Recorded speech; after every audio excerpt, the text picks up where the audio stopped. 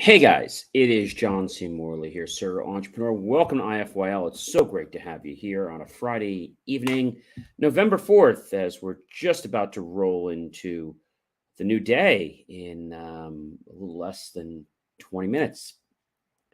So, if you're new to IFYL, just grab your smartphone and launch the camera app on there, and then just point it to the screen, to the QR code. Touch the little yellow um, oval, and it'll direct you over to my link tree with lots of great information to improve the quality of your life and everyone else in it that you care so much about.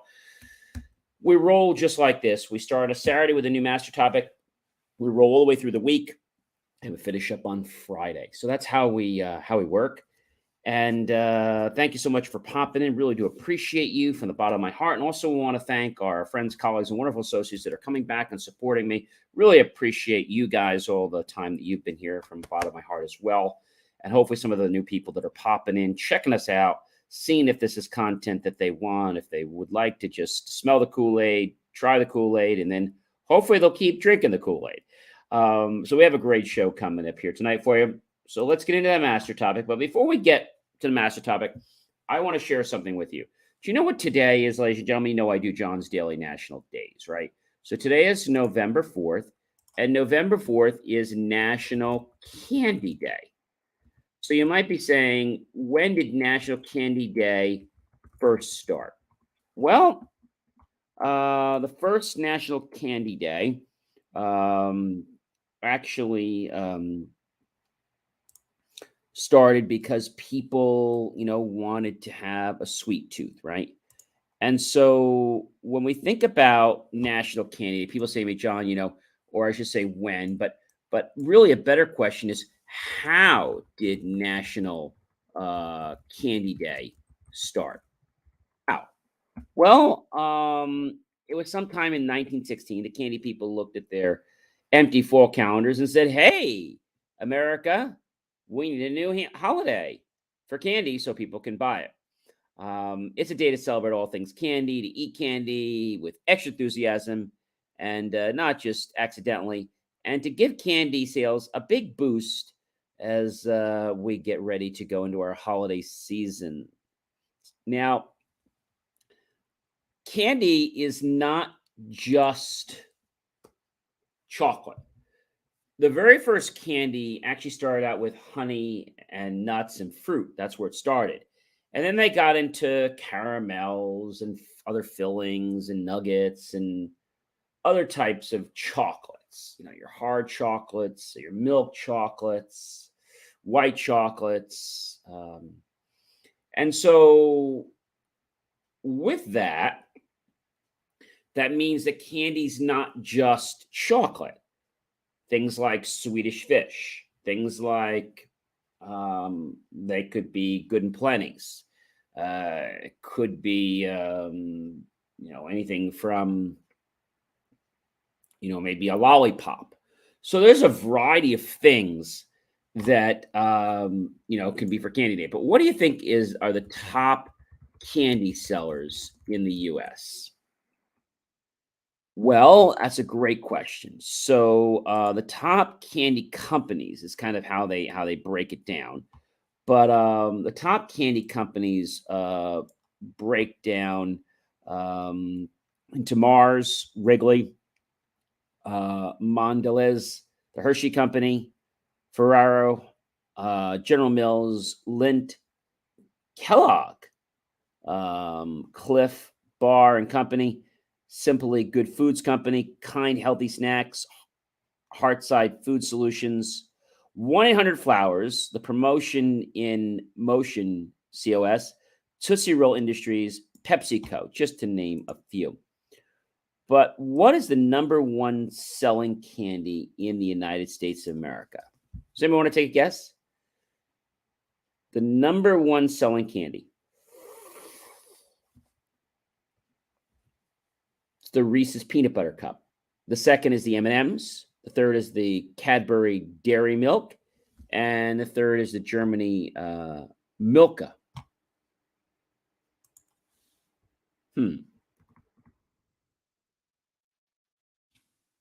Sounds interesting, right? But let's talk about what's the most popular candy for Halloween. And this is basically from 2021 because 2022's didn't get compiled yet. That would be 55% of the people liking M&Ms, 54% of the people liking Reese's, 50% of the people liking Kit Kats, 48% liking Snickers, Hershey bars 44%, Twix 42%, Skittles 29%, and candy corn 28%. Those numbers don't really seem right, do they? Um, I'm not sure what they're basing that on, but that doesn't seem right. But candy is something that really, you know, excites people because it does raise the sugar in the body. You know, kids love candy and they're on like this natural high. And when they're on this natural high, it's like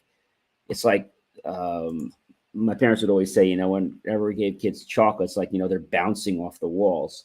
And it's like, don't give them any more candy. They're already bouncing off the walls. And they weren't really bouncing off the walls, but what they meant is that they're so all over the place and they're just jumping out of their skin that if you gave them chocolate, it would probably make things worse. Okay. So, what is the most expensive candy? Well, the most expensive candy is a La Madeleine au truffle by Nipshut, priced at $250 per truffle. You get this decadent treat. It's made from the French Peridot truffle, which is priced at $1,000 per pound, and it's covered in a Valorna dark chocolate, and it's finished with a coating of cocoa powder, and you receive it on a bed of sugar pearls. Hmm, that's pretty amazing. You know, there are lots of different kinds of chocolates out there in the world, right? You know, you've heard of chocolates like Godiva, and you know, you've heard of Richard's chocolates and Lender truffles and Cadbury and all those things. But Le Chocolat Box is actually one of the top chocolates. It's called Le Chocolat Box. And Le Chocolat Box is just lechocolate.net. They have home candies, bulk chocolates, other ideas, sugar free, gift boxes, gold confections. And so you can get a small assorted gold truffle box from them.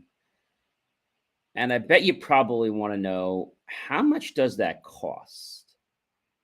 Yeah. So you could get a gold confection 4-piece gold chocolate set. That's right. I said a 4-piece chocolate set. You know what they don't tell us on the website? They actually don't tell us what their prices are. So it looks like they're showing all the different boxes. They call them gift boxes. But nowhere on here, I'm looking.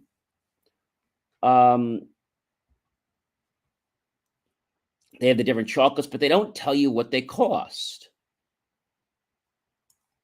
I don't know. That's just kind of interesting. And do you know what the most expensive chocolate dessert is? What do you think that is? So the top most expensive desserts on the planet is a $25,000 frozen hot de chocolate ice cream sundae, a $1,685 Krispy Kreme Lux donut, $1,000 for the Golden Phoenix cupcake, Sunday of the Golden Opulence, $1,000, $500 for Beyond Gourmet jelly beans, and $250 for La Madeleine au Truffle. So you're probably saying to me, John, where do we buy that $25,000 thing?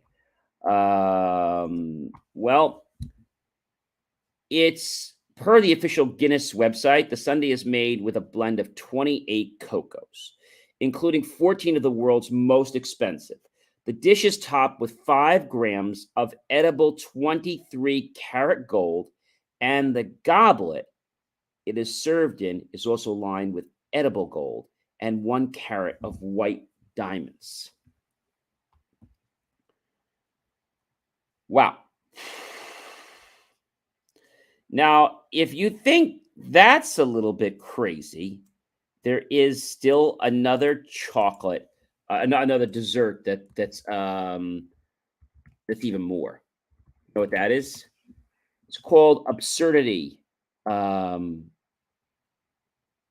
Sunday, and it comes in at just $60,000.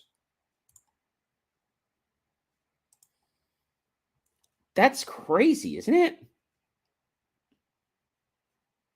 So the one I told you about was the Serendipity 3. It was the frozen hot chocolate ice cream sundae, 25,000. Then they have the Scoopies Black Diamond for $817 per scoop.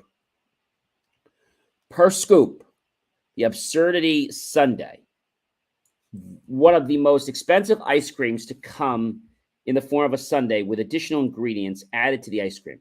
There's also ice cream that you can buy per scoop that also costs some pretty high amounts. And the most expensive of these is the Scoopies Black Diamond, which I was telling you, $870 per scoop.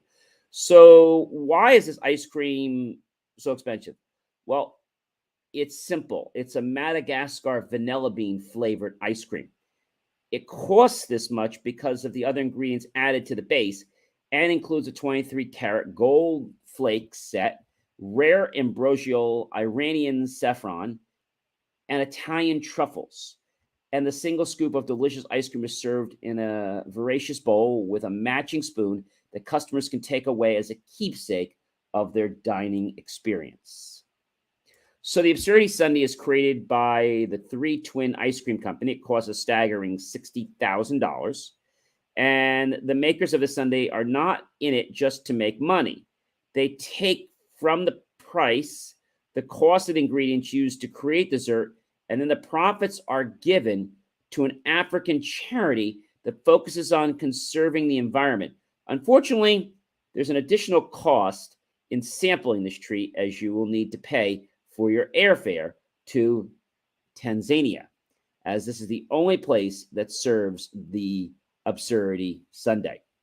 So you've got the Three Twins Ice Cream Sundae for just $3,333.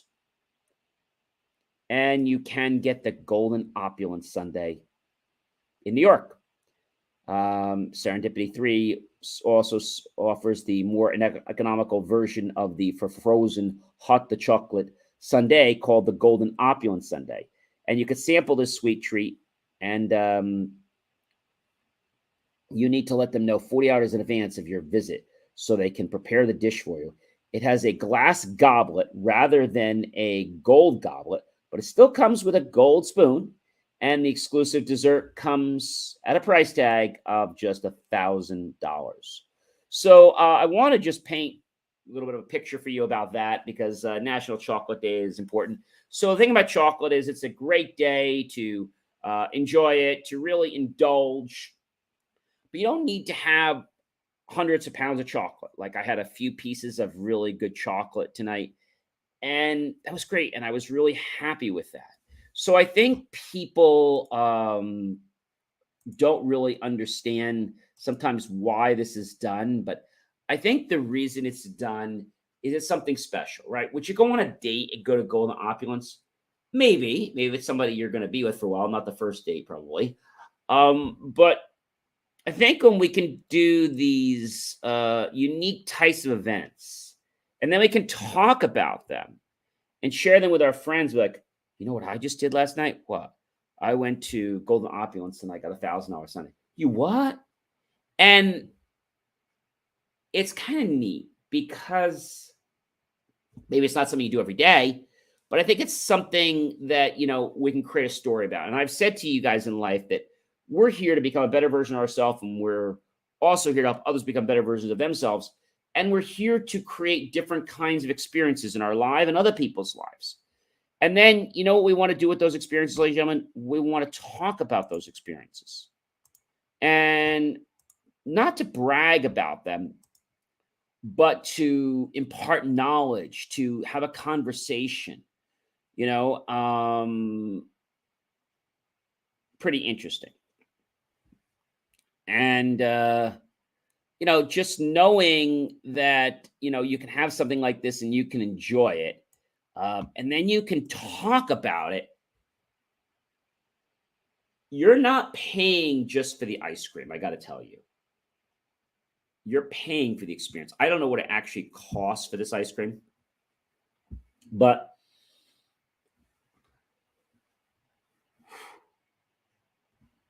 I don't think it's $1,000. Let me ask you this. What do you think the cost is of the $1,000 opulence sundae? What do you think the cost is?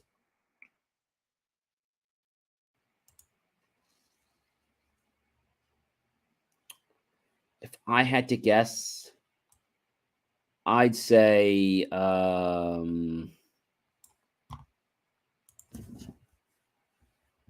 maybe $500.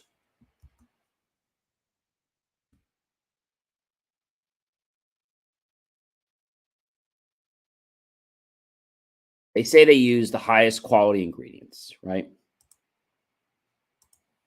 But is it really worth $1,000? And it has to be ordered 48 hours in advance.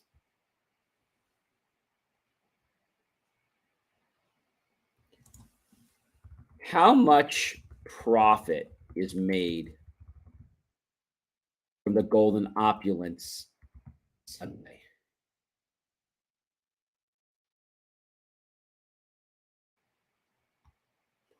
I gotta say it's around $400. I mean, I could be wrong. And it is the most expensive junk food that you can buy.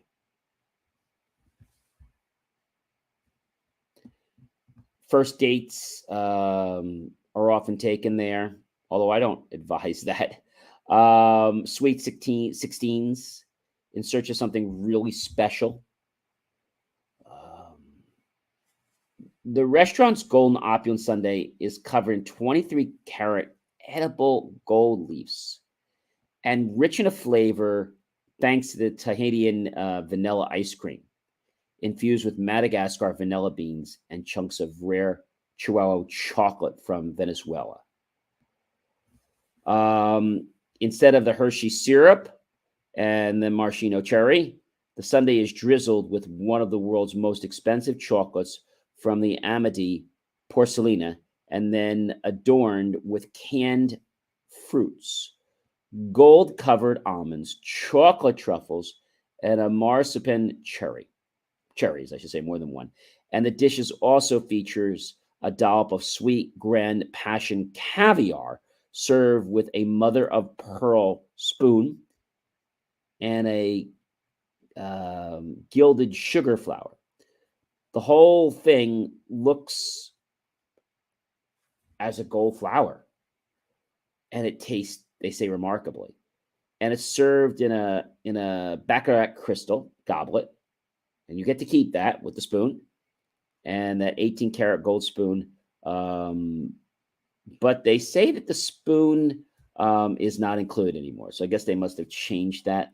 So I think that's going to be, but let's get right into our master topic. But I wanted to spend a little time on that. So, ladies and gentlemen, we've been having a really amazing week. And so I want to continue on with the master topic, and that is, what is the heart-brain connection? So the heart-brain connection is something that we all have the capability to tap into. Think of it like this. If any of you out there play music or play the piano or sing, what happens when you're out of key? Everybody else is out of key. People don't want to listen. People leave. You get a headache. Imagine your heart playing one tune and your mind playing another tune, but they're not synchronized. They're not in harmony with each other. So it's like they're fighting. If I was singing row, row, row your boat, as I'm singing row, row, row, row, row, row, row, row, row, and that's going to sound horrible if I go row, row, row, row, row. And if I'm not in the round right, so if I do row, row, row your boat, row, row, row, row your boat, it doesn't sound right. If it did more of a round, like row, row, row your boat, row, row, row, row, row, row, row, it kind of do it like in a round, like row, row, row, row, row, row. So like 3 rounds of it or 4 rounds. See, that has a flow. When we don't have a flow, our brain and our heart just kind of be like, all right, I'm doing the best I can here, but I don't know like what to do. I don't know how to help you. So when you want to make the connection between the heart and the brain, I think just having that cognitive desire is enough to get you going. And then keep focusing on every day. You're going to notice that your heart is going to become more aligned. So, one way I said that you can become heart brain centered is to put your hand on your heart. Feel your heart. You can close your eyes, take a deep breath, count to 5. Hold it. Exhale. This time to inhale and exhale. Ready? Inhale to 5.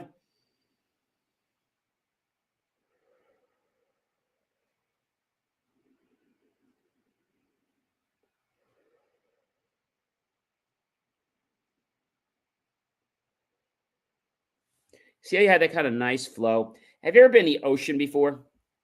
And, you just kind of feel like the waves, or if you've ever been in a boat, hopefully not seasick, and you're out at sea, and instead of the sea disturbing you, it's just kind of like rocking you to sleep as you're just kind of like going with the waves.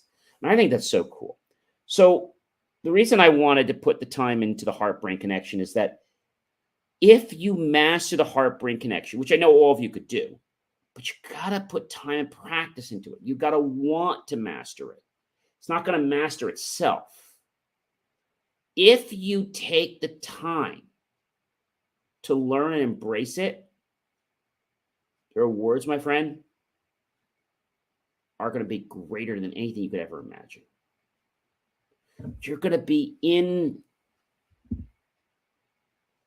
congruence with the universe.